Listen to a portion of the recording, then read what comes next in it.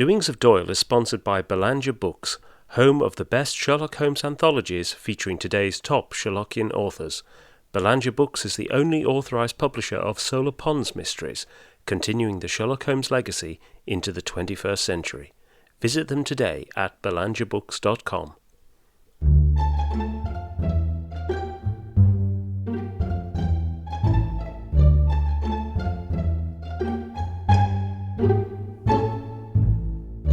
Welcome to Doings of Doyle, a podcast dedicated to the works of Sir Arthur Conan Doyle, the creator of Professor Challenger, Brigadier Gerard, and, of course, Sherlock Holmes.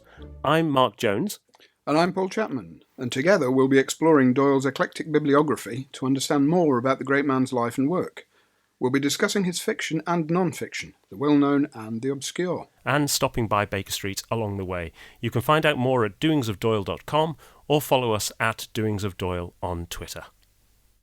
Hello and welcome to episode 19. It's Halloween, so switch off the lights, settle down by the fire, and grab a stiff drink as Paul and I discuss a classic Conan Doyle ghost story, The Silver Mirror, from August 1908. And here's Paul to introduce the story. An accountant working on the case of White and Wotherspoons is on the trail of an outwardly respectable fraudster. He has 20 ledgers in which to follow and prove a trail of false bookkeeping. His available time is limited, entailing long hours of concentrated work and the attendant fatigue and brain fog. By his side as he works sits a large antique silver mirror, in which he expects to see only his own tired reflection. But strangely, the harder he works and the closer he gets to his quarry, the mirror begins to mist and cloud internally, and a picture of a past tragedy begins to emerge from within. Now, we know very little about the writing of The Silver Mirror, other than that Conan Doyle was working on it in early 1908. Now, at this time, Conan Doyle had remarried. He'd married Jean Leckie in September 1907, and they'd moved into the new family home, Windlesham in Crowborough in East Sussex. And there, Conan Doyle pursued a wide variety of writing projects. One of the earliest was probably A Pot of Caviar, a treatise against defeatism, which appeared in the Strand in March 1908. But he also drafted a new additional chapter for his 1899 work, A Duet. He also wrote a couple of plays, The Fires of Fate and The House of Temperley, which we've mentioned in previous podcasts. And it was also around this time that he agreed to write the occasional reminiscence of Sherlock Holmes for the Strand as a way of maintaining his somewhat volatile finances. And they might have been particularly volatile around this period because Conan Doyle was involved with a company that had finally folded. It was the somewhat ridiculous Automatic Sculpture Syndicate, which had the British rights to a machine that would duplicate marble sculptures. It would sort of trace the surface of one marble sculpture while carving another. It was a kind of early 3D printer. And Conan Doyle had been involved with propping up the lead sculptor, W.G. Jones, for about 5 years. And there's a rather marvellous diagram from the newspapers of a man who looks not dissimilar to Conan Doyle, sat astride this somewhat ridiculous machine, which itself looks quite Heath Robinson. So he was struggling a little with his finances, and he picked up some of this additional story writing. And one of the stories he wrote was The Silver Mirror, which appears to have been conceived as the first of a series of short historical sketches. And in this, Conan Doyle seems to have drawn inspiration from a book by Rudyard Kipling, Puck of Pook's Hill, from 1906, which is a collection of allegorical historical tales introduced by a creature claiming to be Puck from A Midsummer Night's Dream, who appears before two children. And the stories are very interesting, moral, magic realist tales for young readers. And on the 23rd of February 1908, Conan Doyle wrote to Robertson Nicoll of The Bookman and spoke of this new series he had in mind and said, "The idea is to stick very closely to the truth of history and only to introduce that absolute minimum of fiction which enables you to get colour and human comment into your picture." He might also have taken some inspiration from Sir Walter Scott's Tales of a Grandfather, which we'll come back to later.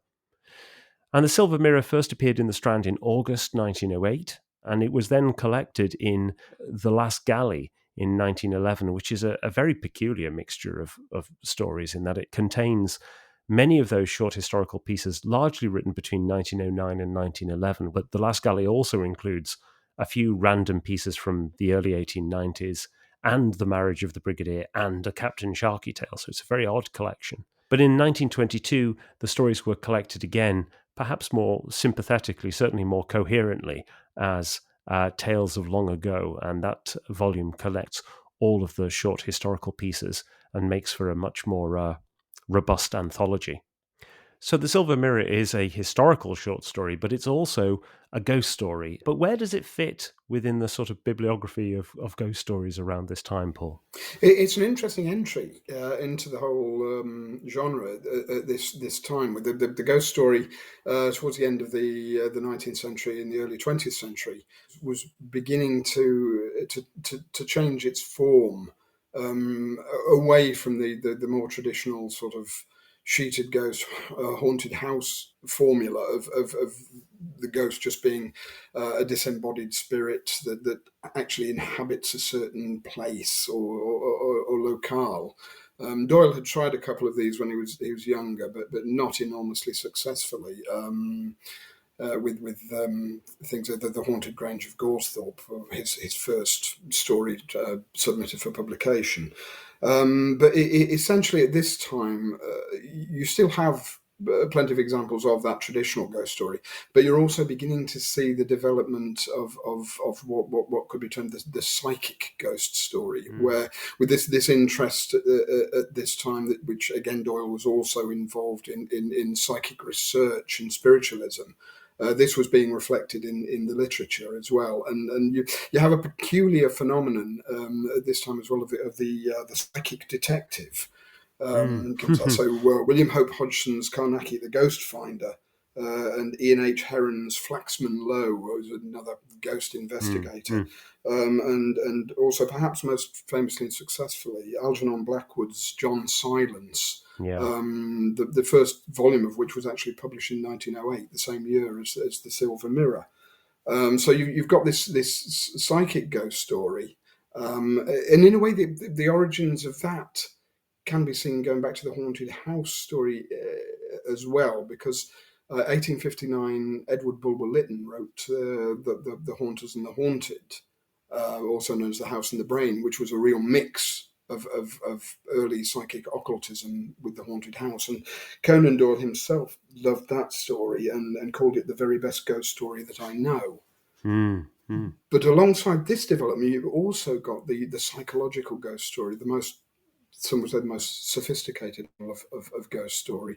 And the best examples of that are perhaps the Yellow Wallpaper by Charlotte Perkins Gilman, which is a study of a descent into madness of an oppressed woman. That was published in 1892. And probably most famously, The Turn of the Screw by Henry James, published in 1898. But also together with that, you've got M.R. James. Yeah. Again, taking the traditional ghost story, but moving it into a far more sophisticated direction. And he's probably the one people most think of and associate with the ghost story at this time. But as well as telling damn good ghost stories, he's also really concerned with the omnipresence and prevalence of the past and the intrusion of the past into the present. And that really is a backbone of most of his stories. And what you've got with The Silver Mirror, as we'll find out as we investigate the story, Conan Doyle takes elements of all three of those, the traditional ghost story, the psychic ghost story, and the psychological ghost story, and puts them in blends them all together. And you mentioned there about the connection to psychic research, and there is an element to which the sort of paraphernalia of psychic research starts to play into the Silver Mirror, with the Silver Mirror itself being almost a recording device. It's something that has witnessed a traumatic event in history and recorded it, and it can then be played back to a receptive individual. And there'd long been that association of places and hauntings going back to, well before the 19th century. But in the 19th century, there were people like Edmund Gurney and Eleanor Sidgwick who proposed the idea of place memory, the idea that apparitions are fundamentally connected to locations. And Conan Doyle played with that in another of these short historical tales, Through the Veil, in 1911. But that whole idea of place memory was built on in the 20th century with the idea of the stone tape. the idea that buildings themselves are recording medium. And that was popularized by Nigel Neal in his 1972 TV play of the same name, which is really excellent. And then you also get other psychic research paraphernalia, the idea of sort of haunted objects. And again, Conan Doyle had played with that previously in The Leather Funnel in 1902. And as much as these ideas might seem quite ludicrous to us, I mean, it's worth bearing in mind that this is the era of the emergence of the recording device, the era of the phonograph, which was invented by Edison in 1877 and trademarked as the gramophone 10 years later. And that whole idea that you could capture sound and play it back later, or take it to another place and play it there, was just more evidence that things that were previously conceived as being impossible could now become real. And Conan Doyle again plays on this idea of the recording devices in other stories like The Voice of Science in 1891, The Japanned Box in 1899, and The Adventure of the Mazarin Stone even in 1921. These ideas that actually the phonograph becomes a key part of these mysteries and these short stories. Yeah, and later in the 20th century, through as these ideas develop, there's a famous researcher, T.C. Lethbridge, who was Cambridge educated archaeologist and psychic researcher. He followed the idea that ghosts themselves are a kind of psychic tape recording that could be seen by the receptive. I mean, in his words, he said, "They are pictures produced by human minds. They are not spirits of departed persons from another world. That some of them are produced by persons living on another plane of existence seems reasonable enough. But it also seems clear that the vast majority of ghosts must be produced by minds which are still using human bodies on this plane where we are now living. To me, they appear to be no more and no less than television pictures," which is a very pertinent quote when we're talking about the Silver Mirror and what Conan Doyle may have been thinking about ghosts at the time he wrote it. Mm. And there's even that fantastic image from Arthur Twydle that accompanies his story in The Strand, where you have the accountant sat before the silver mirror, but to modern eyes, it looks like a man watching television. It's got a lovely plasma screen there. Yes. And then you get the very specific association of mirrors themselves as part of the paraphernalia of psychic research, but also featuring within ghost stories. And unsurprisingly, mirrors have got a long history in literature and cultural representations. You know, haunted mirrors probably have their origin in the story of Narcissus, who obviously fell in love with his own reflection and died of thirst, not wanting to disturb his own image. But then you get mirrors as the reflections of the soul, because obviously once you stand in front of the mirror, then you have no one else to fool but yourself. You know, so the idea that mirrors will reveal a deeper hidden truth. And lots of superstitions are one said to be of the Romans themselves, that mirrors would reflect the human soul and should therefore not be misused, and that's possibly an origin for the idea that breaking a mirror is bad luck. And you also obviously get that in vampire fiction as well, the idea that vampires can't be seen in mirrors because they have no soul. And then there's the idea of the mirror as witness, which is something that we get very much within The Silver Mirror.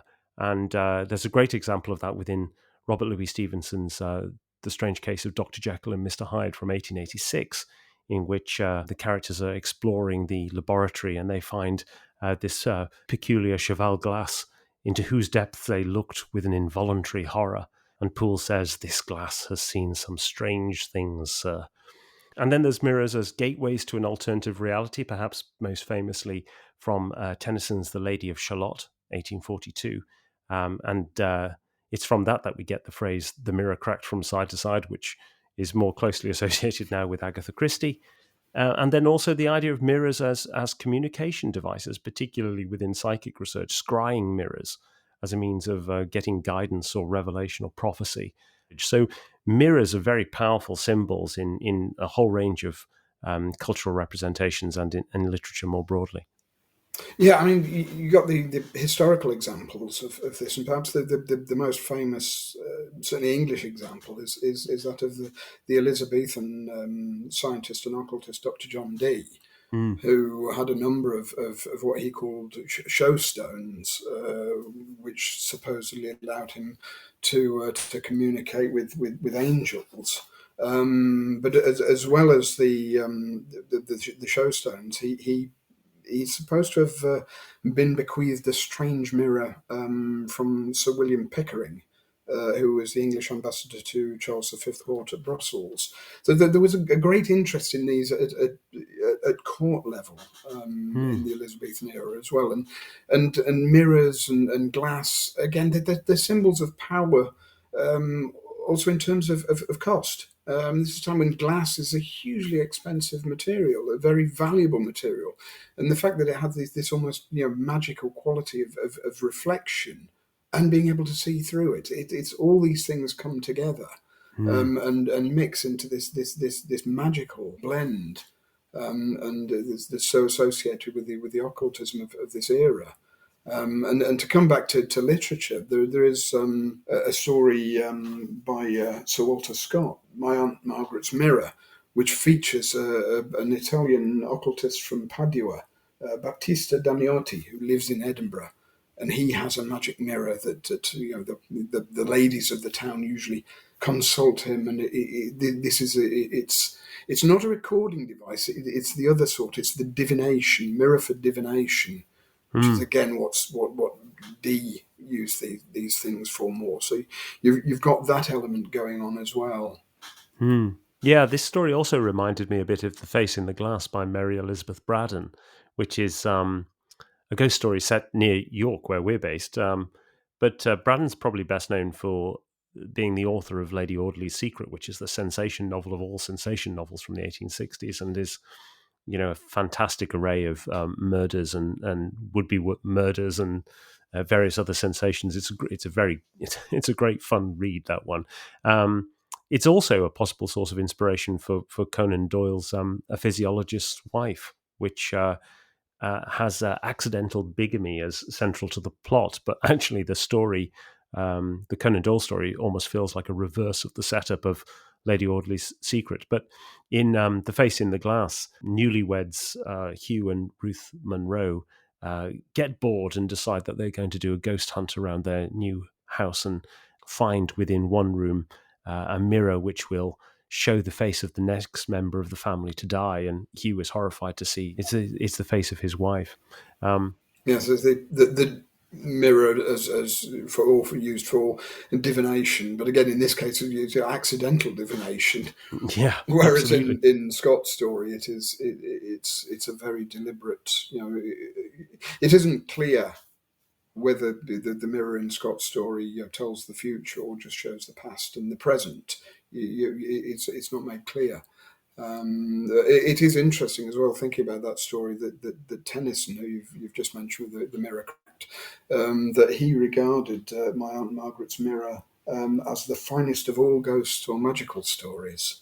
A view which wasn't shared by Scott's publisher, who thought it was a bit of nonsense and didn't actually want to publish it. So it appeared later than Scott wanted it to for Mm, that reason. interesting.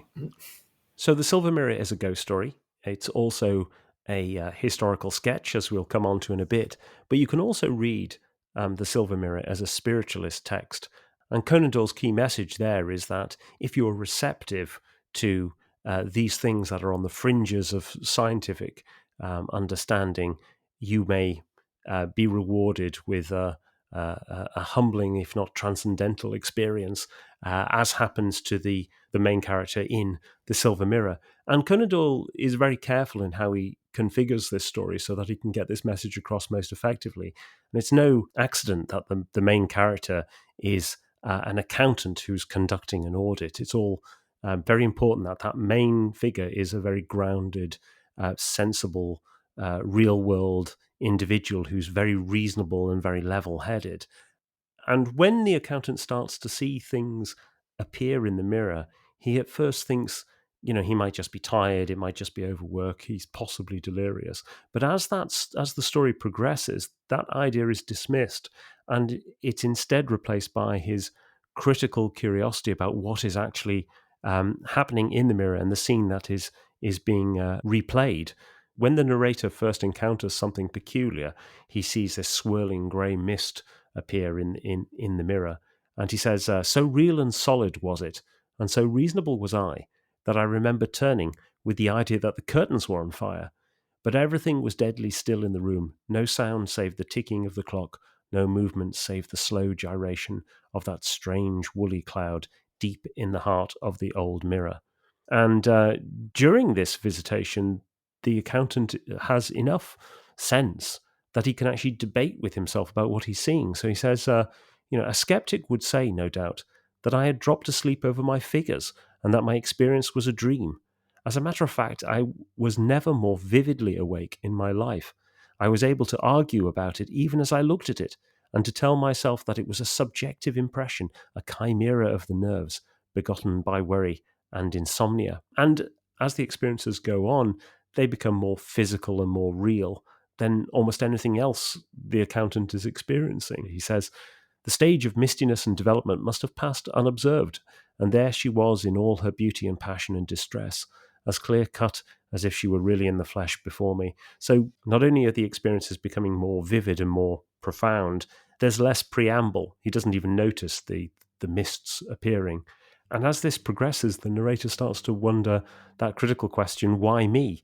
Why is it that I'm able to see this? And he actually asked this of a doctor friend at the end. But why to me? I asked in bewilderment. Why of all the human race to me? Because you were in the fit mental state to receive the impression, because you chanced to own the mirror which gave the impression. And that's Conan Doyle's key message at the end, which is that by approaching phenomena with an open but critical mind, you're able to experience all these amazing experiences. And in this way, it sort of reflects Conan Doyle's frustration with scientific orthodoxy and its inability or refusal to consider all the things that are on the fringes of acceptable science. It was something that he was particularly irritated by. And the whole idea of this as a spiritualist text was really explored quite nicely at the Conan Doyle and Edinburgh conference last year by Kyle de Decker, who gave a paper on Conan Doyle's attitudes to spiritualism in two stories, in De Profundis from 1892 and to The Silver Mirror in 1908, where you can see quite a marked shift in attitudes. Yeah, I mean, one of the joys of this story is it's not one of Conan Doyle's propagandist stories for spiritualism. Mm. It can be read at many levels, as we've already discussed. It is a great, straightforward ghost story. With the messages in there, if you want to read it in there, and this idea that anybody it can be a medium, or even this very outwardly dull middle class man, because mediums are usually associated as excitable females, certainly in the kind of the stereotype. But it's all done in a far more subtle way than say, as we're later going to get in the Land of Mist. Mm. And probably the most obvious way in which this is a spiritualist text is that at no point does the narrator feel any fear or any anxiety about this haunting. He might feel a little bit of confusion at the beginning as he's trying to understand what's going on, but actually, this is not a ghost story in which there is a malevolent ghost or there is anything there to terrify people. This is a replay of previous historical events. So let's move on to looking at this story as a historical sketch. And the centerpiece of the story are the events that took place at the Palace of Holyrood House in Edinburgh in the 1560s. And Conan Doyle had a personal connection to Holyrood House, as we shall see. So Holyrood House is the Queen's official residence in Scotland, and it stands at the foot of the Royal Mile, the road that leads up towards Edinburgh Castle. And it had its origins as an Augustinian abbey in the 12th century when David I had a vision of a stag with a cross or a rood between its antlers, hence the Holy Rood. And in the 15th century, the abbey became home to the kings of Scotland when Edinburgh became the capital. And they preferred the abbey with its hunting grounds and gardens to the rather more austere surroundings of Edinburgh Castle itself. And in the time of James V, the father of Mary Queen of Scots, the palace was expanded and a west tower was built, the second floor of which became the rooms of Mary Queen of Scots. And a century later, the whole palace was greatly expanded by Charles II. A glorious new reception area and staterooms were put in with some plaster ceilings. And it's quite a marvellous building if you go and see it. Conan Doyle was born in Piccadilly Place, which is also the east side of Edinburgh. This is sort of more northeast of the centre, and it's only about 20 minutes walk from Holyrood House. And he certainly would have been very familiar with the palace, even if he hadn't got this personal connection, which was that his father had been involved in the design of a fountain that is located in the forecourt of the palace. So at the age of 17, Charles Altamont Doyle was sent to Edinburgh to take up a post as assistant to the chief architect in the Edinburgh Office of Works. And it's in the records of the Edinburgh Office of Works that we find that Charles Doyle was listed as one of the draftsmen on this fountain, which was probably designed by the senior architect Andrew Kerr, who himself worked under Robert Matheson. Andrew Kerr is a name that actually will reappear in a different context in the historical story. There's nothing on the fountain itself to indicate anything, any connection to Charles Dawes. There's nothing there that reflects his particular interest, but we've got some photographs of it, and we'll put those into the show notes.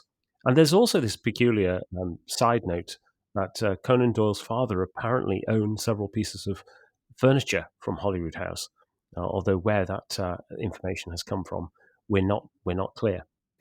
Yes, this information is used by Andrew Lycett in his biography of Doyle, but there's no clear source for it. But it would be interesting to know if young Doyle, young Arthur, that is, knew that he was growing up with these artifacts from with their connections to Scottish royal history. There's a comment made by the well-known anthologist Peter Haining when he put the Silver Mirror in one of his anthologies, The Nightmare Reader, and he claims that the Silver Mirror draws on a small but uncanny incident from his early life, which never left his memory. Again, it's unsourced, so we don't know whether Hennings just made that up, or it'd be interesting to know if it's genuinely sourced, where that information comes from, and what the incident was. Was it connected to furniture from Holyrood? Who knows? And perhaps one of those items of furniture was indeed a silver mirror or something equivalent. Now, the events that the mirror replays for the narrator are ones that anybody in Edinburgh at the time would have been very familiar with, since it's a central moment in the history of Scotland. Yes, the incident depicted is the well-known murder of David Rizzio, Mary Queen of Scots' Italian secretary. Now, Rizzio is because this story has been surrounded by so much propaganda over the centuries, it's difficult to try and work out anything like the truth. But it does appear that David Rizzio, we do know, was Piedmontese or Savoyard. Was well educated. We don't know exactly where he was schooled, but it may have been the University of Padua, which is quite interesting in that Padua had a great reputation.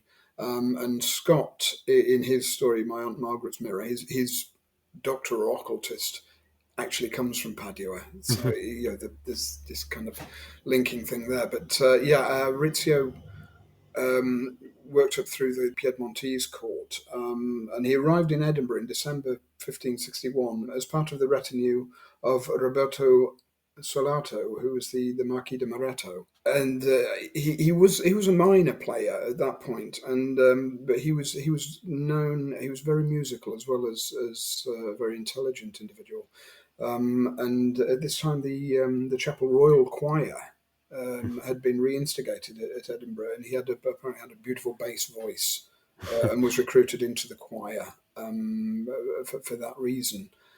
And from there, he seems to have caught the eye of Queen Mary, and become rather a favourite over the next few months, progressing from being a singer in the choir to being an advisor to the Queen, and ending up as her private secretary. And it's interesting that Rizzio was Piedmontese because they were the arch rivals of the Calvinists in Geneva, and the tensions between Protestant and Catholic are the real backdrop to the murder of David Rizzio.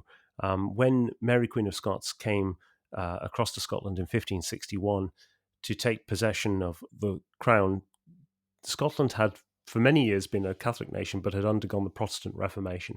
And the Protestant nobles were very concerned that Mary's return would lead to a resurgence of Catholicism. So obviously, when David Rizzio rose to the ranks of private secretary and had so much control over access to Mary, that caused a great deal of consternation among the Protestant nobles in Scotland. But there was another context to this as well, which was the rivalry with England. So in 1565, the cat is put among the pigeons, as it were, when Mary marries Henry Lord Darnley. Henry Darnley was the son of a Protestant nobleman, Lennox, but had himself been raised a Catholic. And in many ways, this seemed to be the ideal match. But Darnley was a weak figure. He was easily influenced and also arguably very violent, and also fiercely jealous. And one of the people he was fiercely jealous of was David Rizzio. There were many rumours, most likely put about by the Protestant nobleman, that actually Rizzio was the father of Mary's child. And by the time of Rizzio's murder in March 1566, Mary was 6 months pregnant with a son, the future James VI of Scotland and James I of England. Yeah, yes, Darnley is kind of, he's the central figure in all of this. Because of his weak character, he was easy to manipulate. And a whispering campaign started, as you've just pointed out, Mark. Mary had been made pregnant by Rizzio rather than Darnley. And there's stories of at one point Darnley being denied access to Mary's bedroom, knocking on the door, and the door being opened by a sheepish David Rizzio in his shirt sleeves. So there's all these rumours start to fly about and stories, and Darnley. This is the 16th century. You look at Shakespeare and the idea of the cuckold is this hugely humiliating figure, and Darnley, being the character he is, doesn't take this very well at all, and is easy to manipulate into a campaign against Rizzio, who is now being seen by a number of the Protestant lords as a very dangerous figure indeed, and needs to be removed. And in the end, there's a group of these lords led by Lord Riven, who group together and actually make a contract about the Rizzio must be done away with, and done away with permanently. And Darnley is brought into this circle. And so on the night of March the 9th, 1566, there is an invasion of Holyrood, and Rizzio is slaughtered in front of her. And it is one of the most dramatic moments in Scottish history. There's a very famous depiction of this by John Opie, The Murder of Rizzio from 1787, which shows Rizzio on the floor being dragged away and the Queen reaching out. And there's Riven in his suit of armour holding her back. And it's a great dramatic sequence. And in fact, there's another one as well, The Murder of David Rizzio by Sir William Allen from 1833, and that was on display in the National Galleries in Scotland, in Edinburgh. Conan Doyle may well have seen this in the public collections growing up. And actually, the depiction he has of the inside of Mary's chambers and this scene being played out could almost be borrowed by Arthur Twydale for the frontispiece illustration for the Strand in August 1908. It's so very similar. But you have this incredibly dramatic moment which plays out. It's very brutal that, at one point Mary is having this private dinner. She's pulled to one side by one of Riven's men, who was Andrew Kerr. There's that name again, who supposedly held a gun to her belly. Remember, she's 6 months pregnant at this time, while Rizzio is dragged from the room and stabbed 56 times. And if you go to Holyrood House now, you can walk through the first floor chamber, which was Darnley's bedroom, up the secret spiral staircase at the end of the room that takes you directly into Mary's chambers, and then through the door into the room in which, at the top of the staircase, Rizzio was supposedly put to death. And there's a nice plaque on the wall that indicates this is where the body was found, and a pool of very convenient red blood that still stains the floorboards to this day, but looks remarkably like Ribena, and is presumably regularly topped up for the visitors. But it is a really horrific moment. And had enormous consequences, really, when you think about the what this means for Scottish history, and that Mary's relationship with Darnley was never the same again. She then conspired in the murder of Darnley later, and it was on the back of that that she was forced to abdicate, which ultimately led to her downfall. So it's in many ways this murder of this Piedmontese member of the ambassadorial party has a colossal downstream effect. Yes, I mean you've got in the background the figure on the night of Rizzio's murder. There were Rizzio wasn't the only one on the hit list. He was the one who they got, but they were also after the Earl of Bothwell, Yeah, who managed to escape, and he's Mary's future lover and husband. And he's the classic adventurer type, and he's behind a lot of the trouble later on in her reign. So this night is a real culmination of things in this way. It is a turning point of history. It's a very, very dramatic moment. It's a bloody moment, and it's one of those. Certainly, as regards Scottish and British history, it's one of the punctuation marks. yeah, absolutely, yeah. And in fact, Sir Walter Scott wrote his own account in a series of works called Tales of a Grandfather, which he wrote for his grandson, unsurprisingly, between 1828 and 1830. And we know Conan Doyle was heavily influenced by Scott. One of the earliest books that Conan Doyle received was a copy of Readings for the Young from the works of Sir Walter Scott, which he received as a school prize for doing well, and his copy survives to this day. And there are some vignettes by Scott on the life of Mary in Readings for the Young, although they're about Mary's abdication at Lochleven Castle, whereas his version of the murder of Rizzio appears in Tales of a Grandfather. And in Scott's telling, it's Darnley's jealousy of Rizzio that leads him to organise this murder. So he actually places Darnley as being the key organising figure when we're pretty sure now that actually Darnley is being played in this, perhaps rather more willingly than he would want people to know. And Scott ends his dramatization of this moment with the sentence: "The witnesses, the actors, and the scene of this cruel tragedy render it one of the most extraordinary which history records," which is probably about the best possible epitaph for this historical event. And as we say, absolutely central with the kind of mythologization process Mm, as well. The story is obviously reads differently to different people. So, from the strong Protestant viewpoint, Rizzio almost got what was coming to him. From the Catholic viewpoint, so here's this innocent man who's just helping Queen Mary out a bit, um, and he's murdered for little reason. So that the whole thing becomes covered in this layer of myth.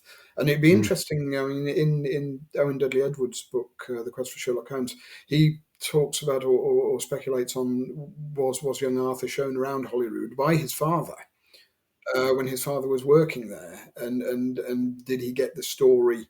What did his father give him the story? And it'd be yeah. interesting to know how that played out because his father was a very, very strong Catholic, and it's obvious which side he would be on. So where young Arthur's probably getting this story from a number of different sources.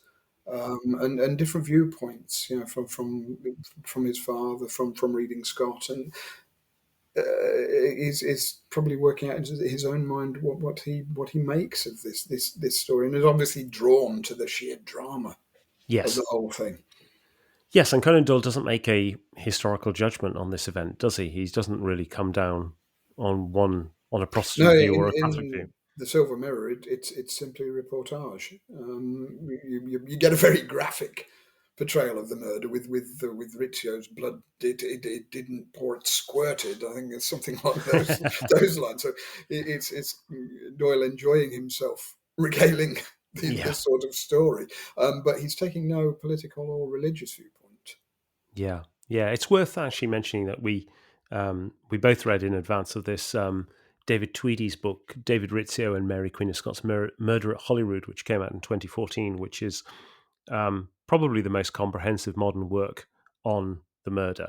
It definitely has its own bias, but it's a really interesting work, and I think it does quite a good job of showing how far the Protestant lords were supported by Sir William Cecil, Elizabeth I's chief minister, who was obviously watching events in Scotland unfold very, very closely indeed, since both Mary and Darnley both had claim on the throne of England through their grandmothers, I think it was.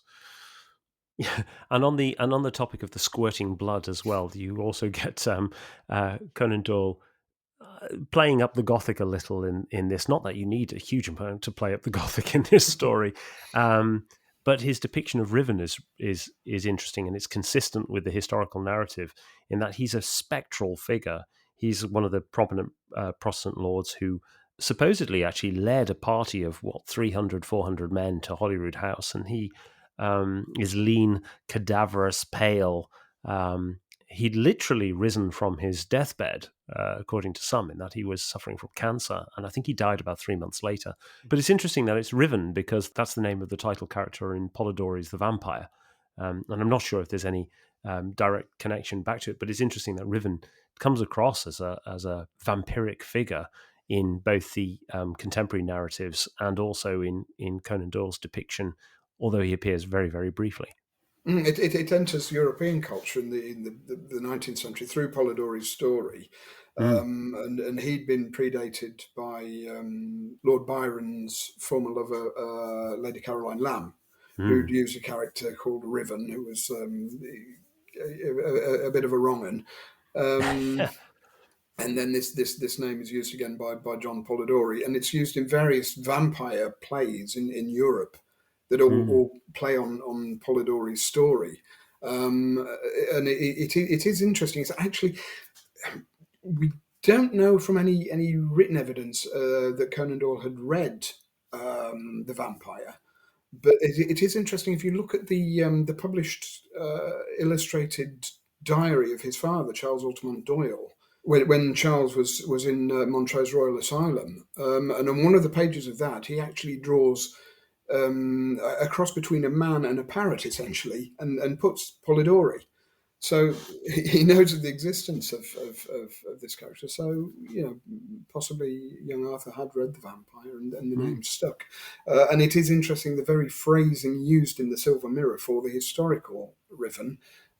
There is one terrible creature, a skeleton of a man with hollow cheeks and eyes sunk in his head.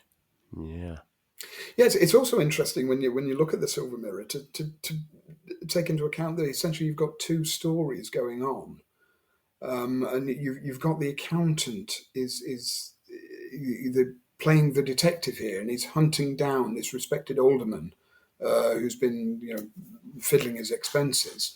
And then alongside this, you've got this story of Rizzio and his being hunted down at the same time. So these two different stories, but both about characters being hunted down to get what might be seen as their just desserts, perhaps. And it's also interesting to speculate upon the point of almost the accountant as detective here. You've almost got an element of Mycroft Holmes being brought in here, where Sherlock Holmes tells Watson, if the art of the detective began and ended in reasoning from an armchair, my brother would be the greatest criminal agent that ever lived. And perhaps, we've got an element of this in the accountant. So that brings us to the end of the Silver Mirror. So what do you make of this story, Paul? It's a particularly interesting story. It's a shame it's not better known. Yeah, really, because you've got an awful lot going on here. You've got, as we've discussed, it's a ghost story. It's a kind of detective story as well. It's a historical story. You've got this real mix, and it's also a snapshot of Conan Doyle's thinking at this time, using fiction to explore his views towards spiritualism and the role of history in the present. There's just an awful lot going on there. Yeah, I really like this one, and I like the fact that he's starting to play with history in a different kind of way here. He's borrowing from his hero Scott. He's borrowing from these ideas of Kipling in the Pook Hill book, and he's about to move into this period of his life where, for 2 or 3 years, he writes a series of very interesting short historical tales, which are all allegorical. And while this is not an allegorical tale. You can feel he's getting into training, as it were, for writing these historical vignettes, and they work really well. Conan Doyle always has a great mastery of detail, but he also has a great mastery of storytelling, and he's able to, in this story in particular, I think he manages with great economy to get across a really pivotal moment in history and to make it very vivid and lifelike. And it's very interesting as well that this is one of the only stories where he's actually talking about an episode of Scottish history. Yeah. So, what have we got on the podcast next time, Paul? Oh, very different next time. We're actually going off to participate in a criminal escapade in 1860s Japan with Jellin's Voyage. Excellent. Very unusual story and not very well known.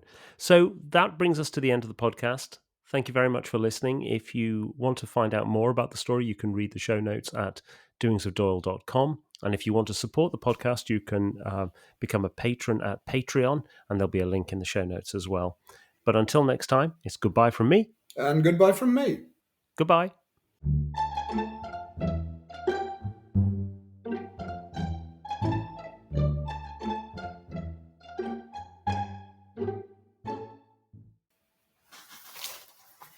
I like the fact that the firm being investigated has Wotherspoons.